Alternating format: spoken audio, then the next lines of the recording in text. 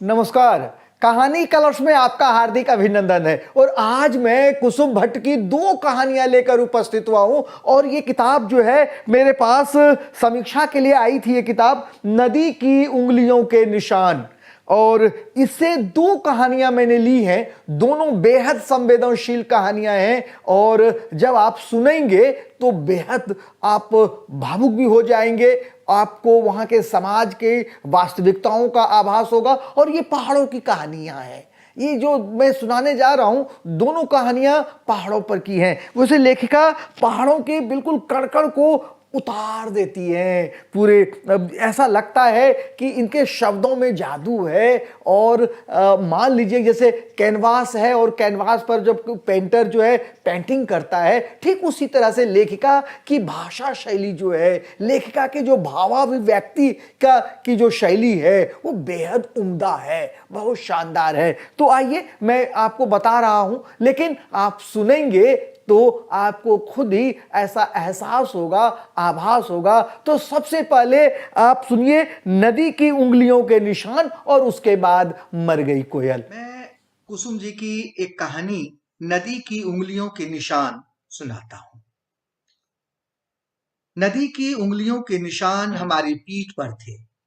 हमारे पीछे दौड़ रहा मगरमच्छ, जबड़ा खोले निगलने को आतुर। बेतहाशा दौड़ रही पृथ्वी के ओर छोर हम दो लड़कियां। मौत के कितने चेहरे होते हैं, अनुभव किया था उस पल।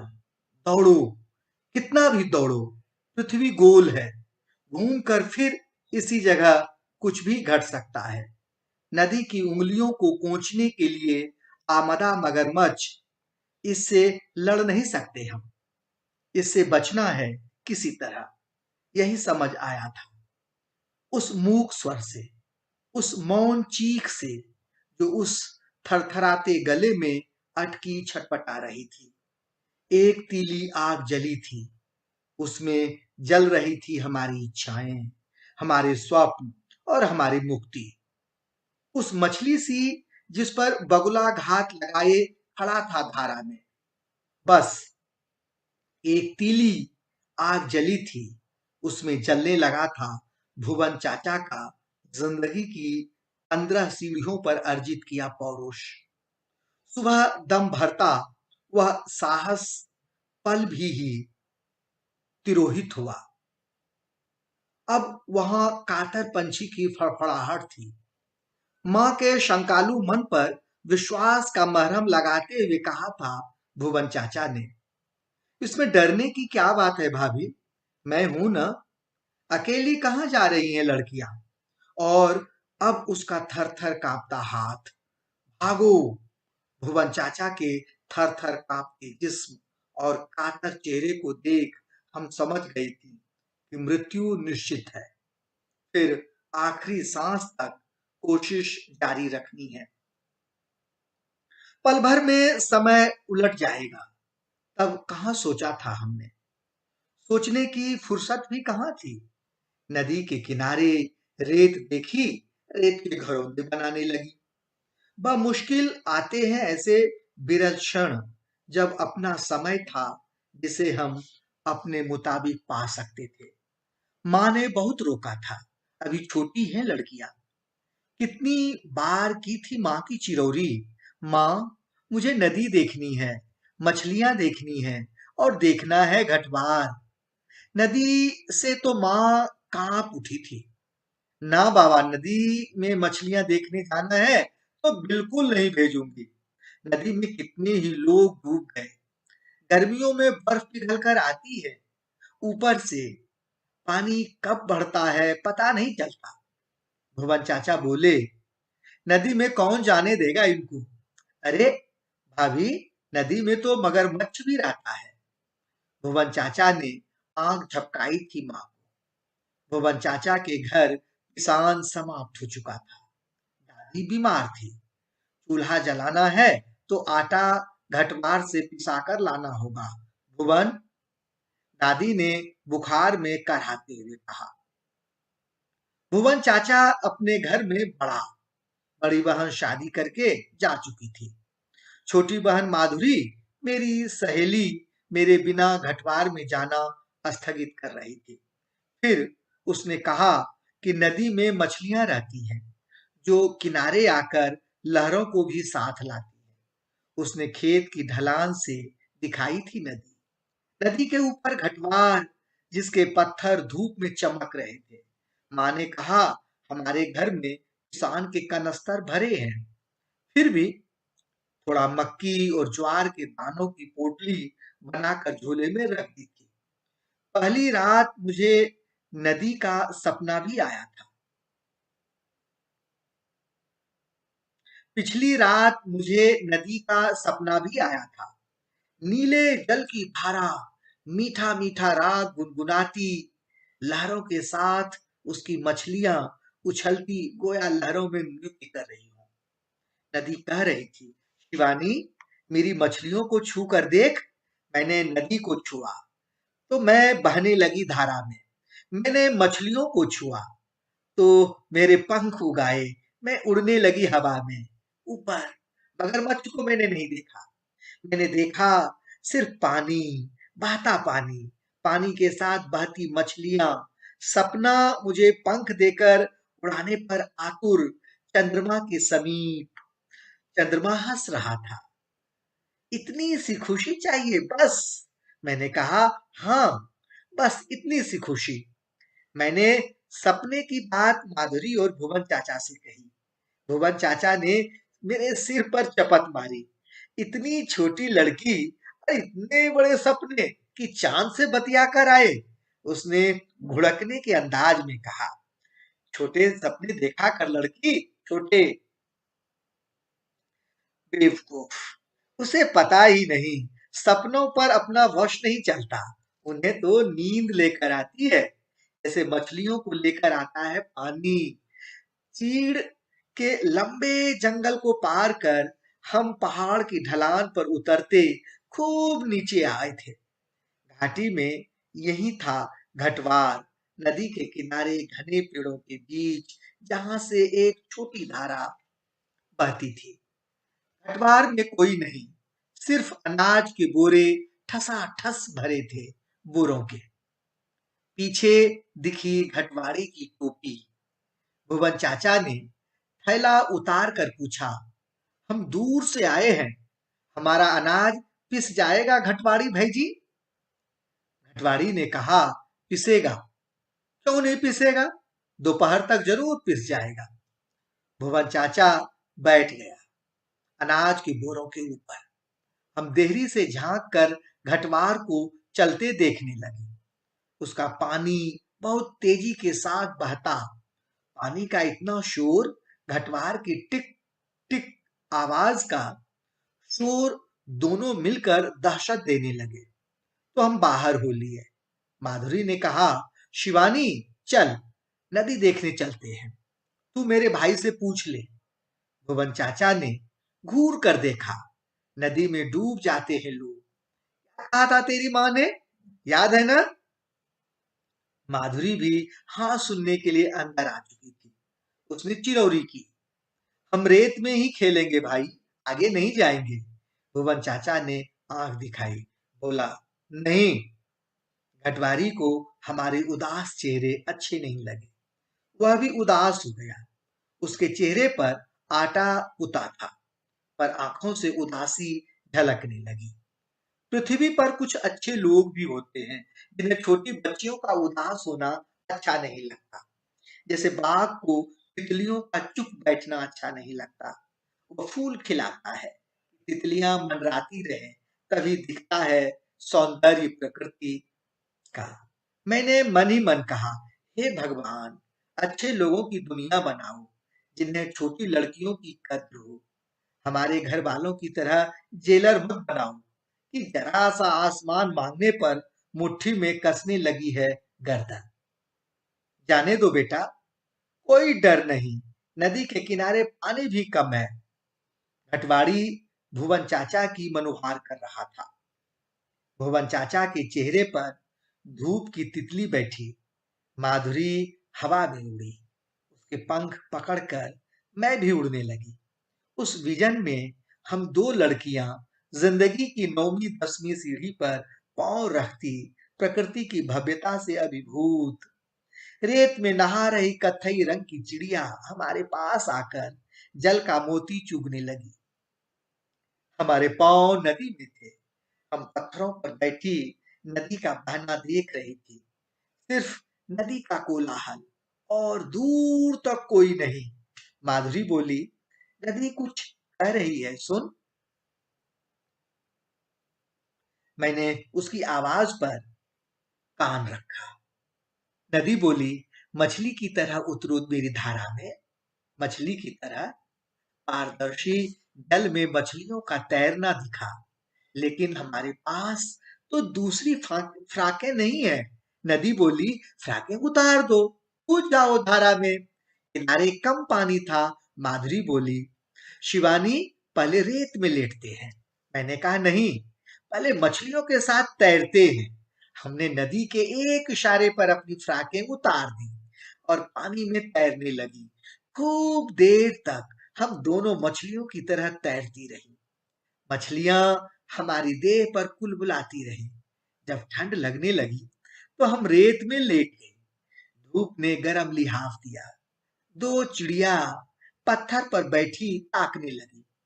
मजा आ रहा है ना? हमने कहा, बहुत। फिर हमने एक दूसरे की नंगी देहों पर खूब रेत मलते हुए हम मुक्त हंसी हंसती एक दूसरे को गुदगुदाते हम नंगे बदन रेत के कछार में दौड़ती रही।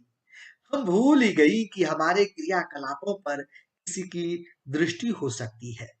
भूल गई कि मगरमच्छ हमारी कोमल किसलय देहों को कच्चा चबाने को आतुर है कहीं।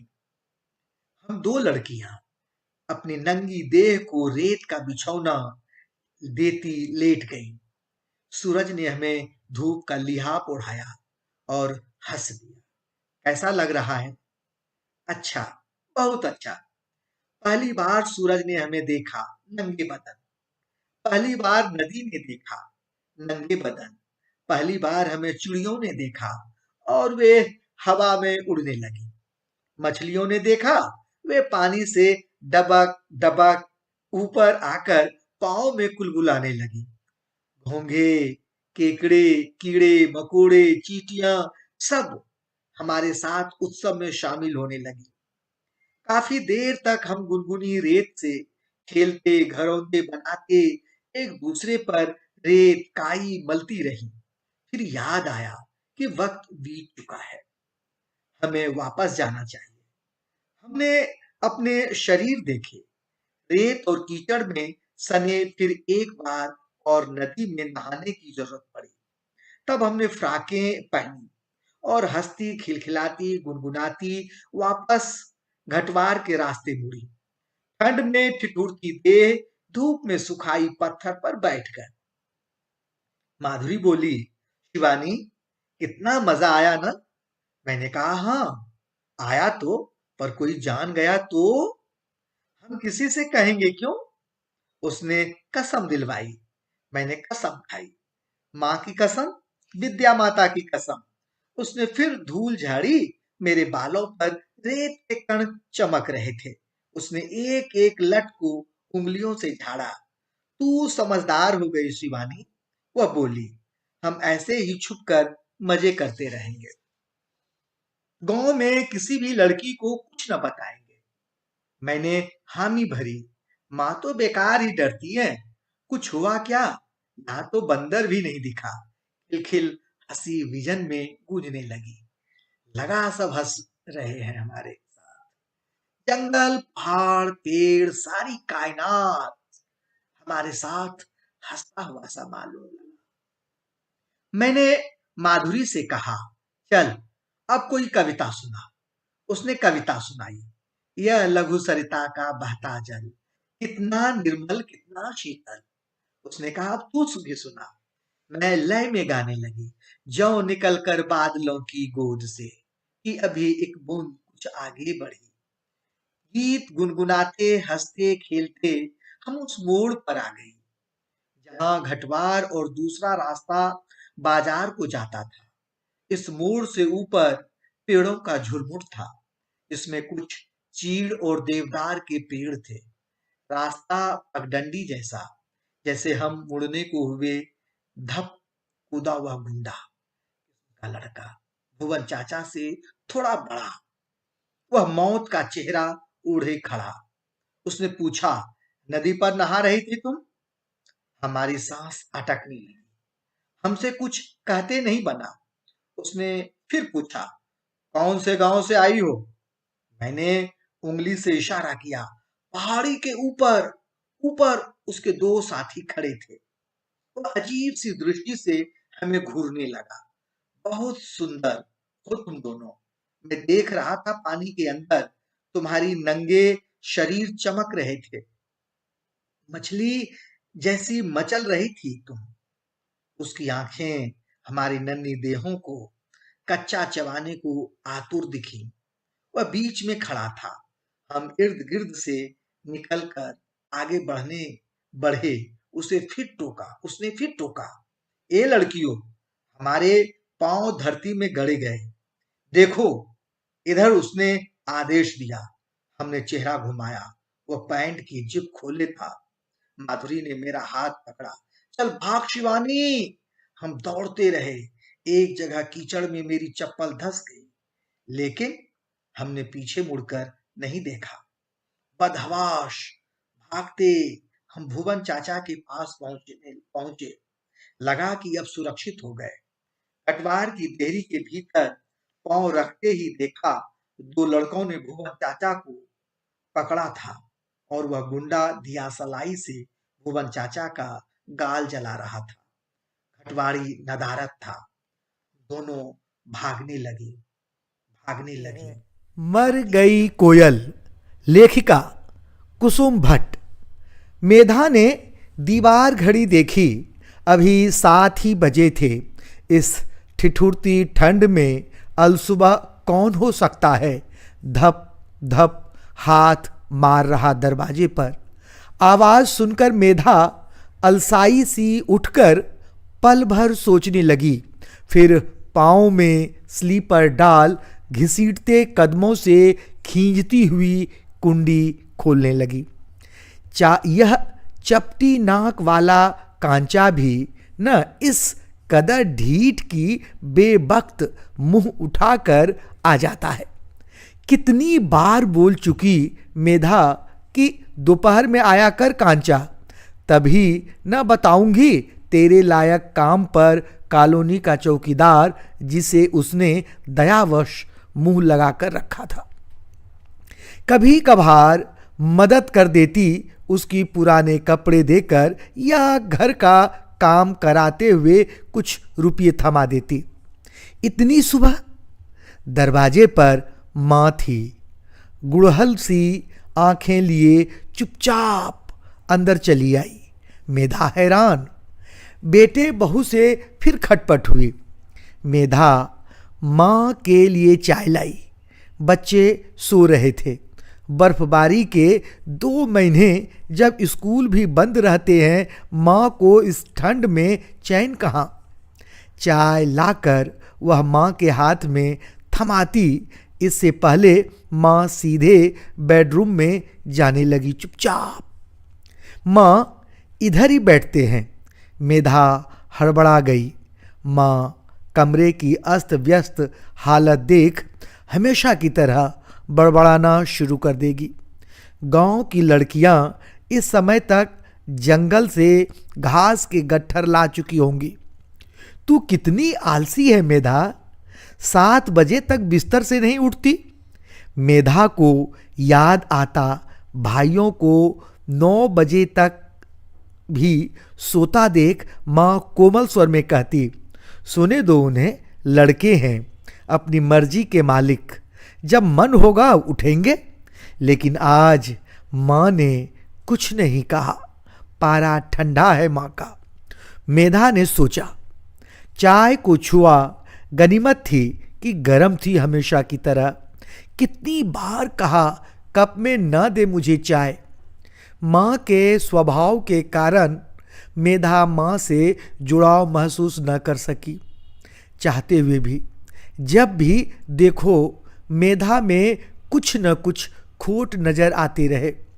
मेधा की सोच विचारधारा पर अपनी सोच विचारधारा का पत्थर रखती रही बचपन से अब तक। अगर उसे घास ही काटना था तो शहर में क्यों शादी की उसकी? जो कार्य मेधा और उसकी बहनों के लिए जरूरी थे, भाइयों के लिए वही काम तुच्छ होते। मेधा को लगता वह दड़वे के भीतर मुर्गी का चूजा है जिसे बाहर निकलते ही हलाल कर दिया जाएगा, या झपट लेगी बिल्ली या कोई और जानवर। अलबत्ता पिता के सामने मेधा हमेशा सहज महसूस करती। पिता के कारण ही वह प्राइमरी टीचर बन सकी थी, जिसका कोई मूल्य माँ की दृष्टि में नहीं था। वह चाहती कि अपनी आमदनी से मेधा छोटे भाइयों की पढ़ाई पर खर्च करे, वे भाई जो किताब से वैर रखते और नशे की चीज़ों से प्यार करते। माँ ने मेधा के प्रश्न का जवाब नहीं दिया, अलबत्ता चाय समाप्त कर उसे गहरी दृष्टि से देखा। मेधा, तू इसी वक्त मेरे साथ चल सकती है? अब सहज थी माँ। मेधा असमंजस में पड़ गई। माँ को क्या हो गया? बच्चे घर में अकेले, अब पति दौरे पर। बल मेधा ही जा सकती है मेरे साथ। माँ ने गहरी उसास भरी। बल किसने कहा था माँ? मेधा माँ को एकटक ताकने लगी। मेरे वास्ते माँ की संवेदना, वात्सल्य कहाँ सूख जाता है। अपने ही मानस में विचारों का आड़ोलन करने लगी। मैं तुम्हें ही कह रही हूं, श्रीधर और सेतु चाहते हैं, लेकिन जाना कहाँ है माँ? माँ ने लंबी सांस ली। कोयल चली गई। मेधा अपने घर चली गई। खिड़की से बाहर देखते हुए माँ ने अनंत आकाश पर नजर डाली। जब उसे रहना ही नहीं था तो मेरे भुला को। माँ ने आंसू भीतर सोख लिए, तब खिड़की से गर्दन घुमाई। मेधा हतप्रभ बड़ी देर में सहज हुई माँ को देख बल पड़ गए उसके ललाट पर। तो किसने कहा था मामा को कि उसके लिए लड़का न देखो? बड़ी हो गई लड़की, उसकी मनपसंद का लड़का मिल गया, और क्या चाहिए? छोटी जाति का है, पर होगा तो नौकरी। मेधा मां का ध्यान उसके उदंड बेटों की ओर लगाना चाहती थी, जिन्हें मां अपने कलेजे का टुकड़ा कहती। मेधा ने गर्दन घुमाकर मां की आंखों में देखना चाहा। वहां ज्वालामुखी का लावा पिघल रहा था। सच ही कहते हैं मेरे भाई कि मेधा दीदी में अक्ल नाम की चीज है ही नहीं। वही मूर्ख, भूसा भरा है तेरे दिमाग में। कोयल दुनिया से ही चली गई, कोयल मर गई। मेधा चीर कर ले गई मेरे भुला का कलेजा। कैसे जिएगा मेरा भुला? उसकी सबसे लाडली थी कोयल। मेधा को अपने कानों पर विश्वास ही नहीं हुआ। ऐसे नहीं हो सकता। 1 साल पहले देखा था उस सांवली ठिगनी युवा होती लड़की को, जिसके आकर्षक सलोने चेहरे पर 2 काली कजरारी बड़ी बड़ी बोलती आंखें थीं और आवाज सचमुच कोयल सी मीठी। मामा ने कहा भी था कि इसका नामकरण 3 वर्ष में किया मैंने। पहले तो इसको हम सब तारा बुलाते थे, लेकिन बाद में लगा कि इसकी मीठी सिर्फ कोयल का ही स्वर हो सकता है। मेहमानों का ख्याल रखती, चिड़िया सी चहक चहक कर ऊपर नीचे दौड़ती। उसकी पीठ पर लंबी मोटी काले बालों की चोटी लहराती। जब वह सुरीली आवाज में पूछती, दीदी आपकी चाय में मीठा कितना डालूं, या नहाने के वास्ते गर्म पानी कर दूं? तब उसकी आंखों को देखकर लगता, इतनी सजल आंखें, इस कदर भाव प्रवण कि कवि इन पर रच दे महाकाव्य। कभी दीदियों लाल चावल के साथ चैसू बना लूं आज। देश में सिलबटें पर पिसा चौसू कहाँ मिलता होगा। मेधा के साथ उसकी छोटी बहनें मीनू और मीतू भी थीं। तीनों बहनों की तिगड़ी के साथ कोयल भी आ बैठती। तीनों बहनों का बृहद संवेदना से भरा मन और हंसी बंजर जमीन में फूल खिलाने जैसा उन्मुक्त वातावरण छा जाता वहां। वे जाती, शायद इसलिए कोयल बता पाई थी अपने मन की बात, खोल पाई थी गांठ उसके बीच, और मेधा ने ही ज्यादा उकसाया उसे उसके प्रेमी से विवाह करने के लिए। मामा तो कट्टर थे। गांव में भी जातिवाद का जहर चरम सीमा पर था।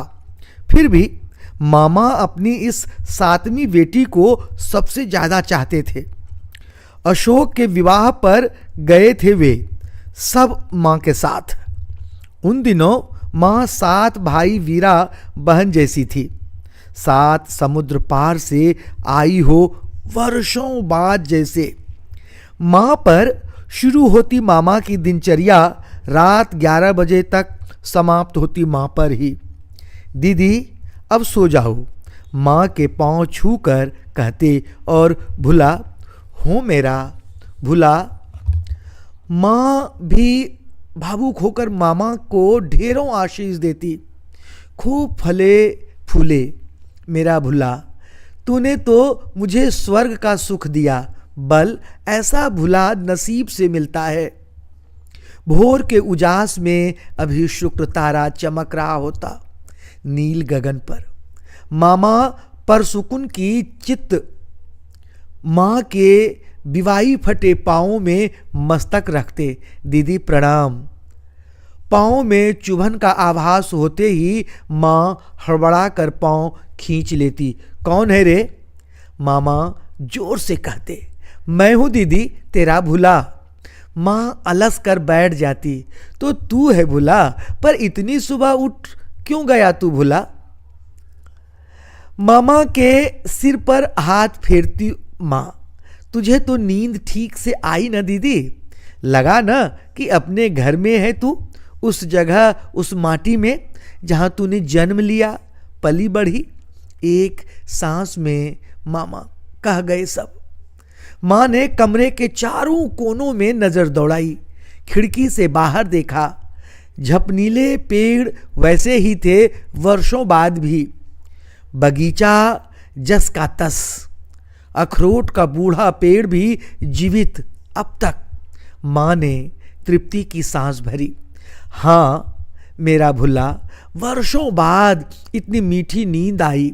लगा मां बाबा सिरहाने खड़े हैं। मां के साथ मामा भी भावुक हो उठते और मां बाबा की स्मृतियों को पोसते। तभी मामा को याद आता कि चूल्हे पर चाय की केतली चढ़ाकर आए थे। मामा आनन फानन में सीढ़ियां उतरते। मामी टोकती। कोयल के पिताजी चाय सूख गई। फिर कोयल उठती और सबके वास्ते चाय बनाकर लाती। मामा की लड़कियां एक बड़े हॉल में जमीन पर बिस्तर बिछाकर देर तक लेटी रहती। रात भर उनके मरगिल्ले से बच्चे चें पें करते, उन्हें सोने न देते। 5 लड़कियां भरी जवानी में बुढ़ापे की ओर उन्मुख हो गई थी। एक लड़की थी 3 नंबर की जो ठीक ठाक हालत में दिखी, लेकिन उसका मोटा मुस्टंडा दारूबाज पति, जिसके हाथ में पौवा ही रहता, वह झूमता रहता। वह साढ़ू बिरादरी को सुनाते हुए गुनगुनाता, पीता हूँ, हाँ मैं पीता हूँ, अपनी ही पीता हूँ, अपनी ही खाता हूँ। मामा गर्व से कहते। अपना ट्रैक्टर है जवाई का। शहर में प्लॉट भी लिया है। बल कार लेने की सोच रहा है। बस एक ही ऐब है। दूसरी लड़कियां अपना परिचय देने में हिचकती। पीले रुग्ण चेहरे वाली लड़कियां जिंदगी की चिथड़ी चादर को जाने किस धैर्य से टांके लगा रही थी। मेधा को लगा कि इन लड़कियों को जिंदा कहे कोई या मुर्दा किसे कहे। और इसके बाद पल पल की मौत कैसे देख पाती हैं ये। पता चल ही गया था कि 2 लड़कियों को टीवी हो गई थी। बेरोजगार पति उस पर लत शराब, बीड़ी, तंबाकू, गुटखा, खैनी। हे प्रभु, क्या होगा इनका। दूर दराज के गांवों में ब्याही लड़कियां सूखे खेतों में दिन भर फसल उगाने की जुगत करती और अंत में भर पेट भी न अन्न मिलता। मामा फौज से रिटायर हुए थे। ग्राम विकास की योजनाएं आईं तो मामा जुट गए आर्थिक संसाधन जुटाने में। मेहनत रंग लाई थी। पहले भी मामा की तनख्वाह और उर्वरक जमीन में इतना तो हो जाता कि ठीक से खा पी सकें। विवाह की अगली सुबह बेटियों को विदा कर दिया गया। जितना बन पड़ा मामा ने बेटियों को दिए तोहफे, साड़ियाँ, आटा, चावल, मिठाई, बच्चों के कपड़े, थोड़े बहुत नगद रुपये भी। पर इससे क्या होता? सिर्फ इतना ही कि लड़कियां रोते रोते भी याचक की मुद्रा में कहती, बस पिताजी, बहुत दे दिया हमें। करुण स्वर में फूटती उनकी रुलाई दूर तक साथ देती। मोड़ से मुड़ मुड़ पीछे देखती। उनका अनकहा शब्द उस आंगन में गिरता जिसे सबके साथ मामा मामी सुनते। भीतर कहीं खरोंच लगती। तभी उन्हें अपने गुदड़ी के लाल नजर आते और वैभव अपना। वे गहरी सांस लेकर आसमान को देखते। लड़कियों का खोटा भाग्य, कोई क्या कर सकता है। मेधा देखती। माँ अपने भुला को तनिक उदास न देख पाई थी। तुरंत बोली, तू क्यों दुखी होता है भुला? तूने तो ठीक घर भर देख कर ही पीले किए थे न बिटलो के हाथ। खेती बाड़ी थी, जवाई भी कुछ न कुछ धंधे में लगे ही थे, बाकी उसकी मर्जी। माँ ने भी आसमान को ताका। वहीं से ब्रह्मा भाग लिखते हैं बल। धरती पर तो पुनरावृत्ति होती है ना।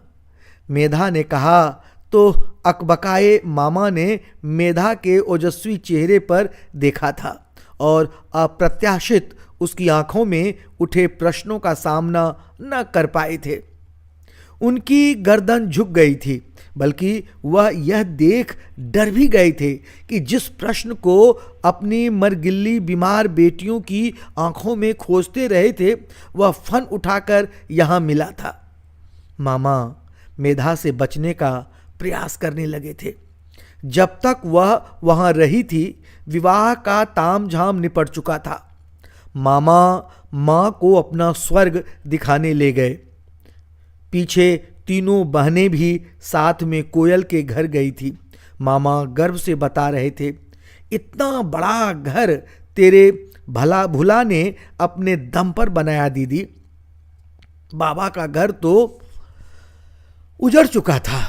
माँ तपाक से बोली थी, बाबा ने भी तो अपने ही दम पर हवेली बनाई थी भुला। तू भी जानता है कि बाबा राजमिस्त्री, बढ़ई, लकड़हारा, हलवाहा, किसान, मिठाई वाला, पत्थर तोड़ने वाला मजदूर, जानवरों का व्यापार करने वाला व्यापारी, कोल्हू में तेल पेरने वाला तेली, सभी कुछ तो थे। उनके जैसे गुण तो शायद ही पूरे हों तुझ में। मामा झींप गए थे और हाँ हूँ करते आगे बकरी भेड़ों के अबोरे में घुस गए। 50 बकरियां हैं दीदी और 10 भेड़ें। इनमें 2 बड़े लगोठे हैं जिनकी कीमत 20,000 है प्रति लगोठा। लेकिन कोई बात नहीं, मेहमानों के वास्ते इस एक की गर्दन कटनी ही है कल। आगे बड़े तवेले में दुधारू भैंसें, छानी के नीचे बसी जर्सी गाय, 15 लीटर दूध इसकी थनों में एक वक्त उतरता है। आगे दड़बे हैं मुर्गियों के। सरकार लोन दे रही है तो फायदा भी उठाएंगे हम गांव वाले। इधर ये खरगोश, अब नीचे उतर चलो। 2 सीढ़ियाँ, ये देखो बैलों की जूड़ियाँ। छप्पर के नीचे सफ़ेद हंस जैसे बड़े बड़े 2 जोड़ी बैल, जिन्हें दूसरे गांव वाले भी अपने खेतों में हल जोतने ले जाते हैं और किराया देते हैं। माँ का सीना गर्व से फूल उठा। मेरा भुला, तूने तो बाबा जी का नाम रोशन कर दिया बल। मामा अनसुना कर आगे बढ़ते रहे। इधर अपनी देशी गाय और श्यामा और कजरी। मामा को देख माँ माँ काली गाय रंभाने लगी थी, तो मामा ने उसके शरीर पर हाथ फेरा। जानती है दीदी, श्यामा अपनी कावेरी की वंशज है, जिसके एक थन को तू दूध दूहते समय मेरे मुंह में निचोड़ती थी। सच्ची भुला? माँ औचक देखने लगी श्यामा को और उसके सिर पर हाथ फेरती हुई आंखों से आंसू छलक पड़े। कावेरी तो हमारी माँ थी भुला। माँ तो चली मनुष्य चोले को छोड़, पर लौट आई थी कावेरी के रूप में। प्रकृति के खेल भी निराले होते हैं भुला।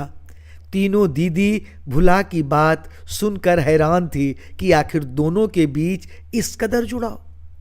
अपने भाई तो बहनों को राह का कांटा मानते हुए थे। दोनों का स्नेह दुलार जाने कब तक चलता यदि मामी धाद न मारती। तो कोयल अपने पिताजी को घर भेज दे। लगोठा लेने के लिए दूर के लोग बैठे हैं। मामा ने सुना तो चिल्लाकर बोले, कोयल की माँ, वह लगोठा देवी के नाम पर का ही समझो। दीदी, मेरी दीदी के वास्ते बलि दुर्गा, रान पट्टी चढ़ाऊंगा, प्रसाद बटेगा गांव भर में, समझी ना। माँ 7वें आसमान पर हो गई, लेकिन बड़प्पन दिखाने के लिए बोली थी, रहने दे भुला, बेच देना लगोठा, इससे इस कोयल का इलाज करा। देख ना कितनी दुबली है बेचारी, कोई बीमारी है, खाई जा रही है भीतर ही भीतर। कोयल लपक कर आगे बढ़ गई थी। शायद उसकी पीड़ा भी उतर आई थी, आंखों में मचलने लगी थी। एकाएक मामा की सारी खुशी उल्लास काफूर हो गया था। वहीं पत्थर पर बैठ चुके मामा को माँ ने बहुत कुरेदा। अपनी कसम दी तो फूट पड़े थे। मामा, कैसे कहूँ दीदी, अपनी कोयल पर बड़ा खतरा मंडरा रहा है। देवता ने बतलाया कि जिन्न लगा है लड़की पर, अजीब हरकत करती है, कोली के लड़के के साथ जंगल में घूमती है। अब तो इंटर पास भी कर लिया, फिर जाने कब दौड़ी चली जाती है उधर। दोनों साथ पढ़ते रहे बचपन से, आना जाना भी था। अपने बाप कमलू कोली के साथ हरामी का लोग कहते हैं यही ले गया था उसे ज्येष्ठ की दोपहर डुमगांठ। वहीं चिपट गया होगा जिन्न, वरना संस्कारों में पली लड़की ऐसी बेशर्म बेहया होती। छी! माँ के दमकते चेहरे पर डर की छाया कूद पड़ी थी। रिरिया कर बोली थी, पूजा नहीं का क्या? मामा बोल उठे, इस घर की खुशियों को ग्रहण लग चुका है दीदी। कितना रुपया तो इसी जिन्न की भेंट चढ़ गया। कभी खाडूड, कभी बकरा, कभी मुर्गा। थक चुका हूँ। देते इधर लड़की रिरियाती है, विवाह करूंगी तो सोमू कोली से ही। क्या कोई लड़की अपने समाज में ऐसी देखी थी कभी? डिमरी ब्राह्मण की बेटी कोली के संग। इच्छा होती है कि मरोड़ दूं दोनों की गर्दन, पर क्या जी पाऊंगा इसके बिना। फूट फूट कर रोते हुए मामा फिर बैठ गए थे। मेधा के सामने स्वप्नीली आंखों वाले सोमू का चेहरा घूमने लगा। जो उस पासपोर्ट साइज की फोटो में था, जिसे कोयल ने कांपते हाथों से एक अंधेरे कोने में मेधा की हथेली में थमाया था, जिसे देखते ही मेधा किलक उठी थी। वाह, लड़का तो एकदम हीरो सा लगता है। वो टीवी सीरियल के ना आना इस देश लाडो के कारण जैसा। मेधा ने कोयल का हाथ दबा दिया और तो अंधेरा कोना कोयल की आंखों की चमक और चेहरे की दीप्ति के कारण रोशन हो गया। मोबाइल की रोशनी से कोयल का चेहरा पढ़ने लगी थी। वह, मेरी मदद करो मेधा दीदी, मेरी मदद करो, पापा को राजी करो मेधा दी। निःशब्द कहे कोयल के मन की पीड़ा आंखों से ढुलक रही थी। सोमू पीसीएस की तैयारी कर रहा था मेधा दी, मेरी खातिर फौज में भर्ती हुआ। ओह मेधा, तू तो अभी तक यहीं बैठी है, पता है ने? पहली बस छूट गई तो माँ गुसलखाने से निकल झल्लाने लगी। तू जिंदगी भर आलसी रहेगी। मेधा उठी, नहीं जाऊंगी माँ। माँ की आंखें आश्चर्य से फैल गईं। मगर क्यों? तू तो कोयल से बहुत स्नेह रखती थी ना। कोयल की मौत का अफसोस नहीं तुझे? जिंदा रहकर भी क्या करती माँ, रोज मरती, हर पल अच्छा हुआ, एक बार मर गई। मेधा की आंखों से दो मोटी बूंदें गिर उसके सीने में बिला गई। माँ उसे आंखें फाड़े देखे जा रही थी। ये कहानियां कैसी लगी जरूर कमेंट्स बॉक्स में कमेंट्स कर बताइएगा। और मैं अगली बार फिर मिलता हूं आपसे कुछ नई कहानियों के साथ। जल्द ही मैं आपके पास लघु कथाएं लेकर उपस्थित होऊंगा और आप देखिएगा कि वो लघु कथाएं कितनी उम्दा हैं। तो मिलते हैं तब तक के लिए मैं आपसे आज्ञा चाहता हूं। बहुत बहुत धन्यवाद।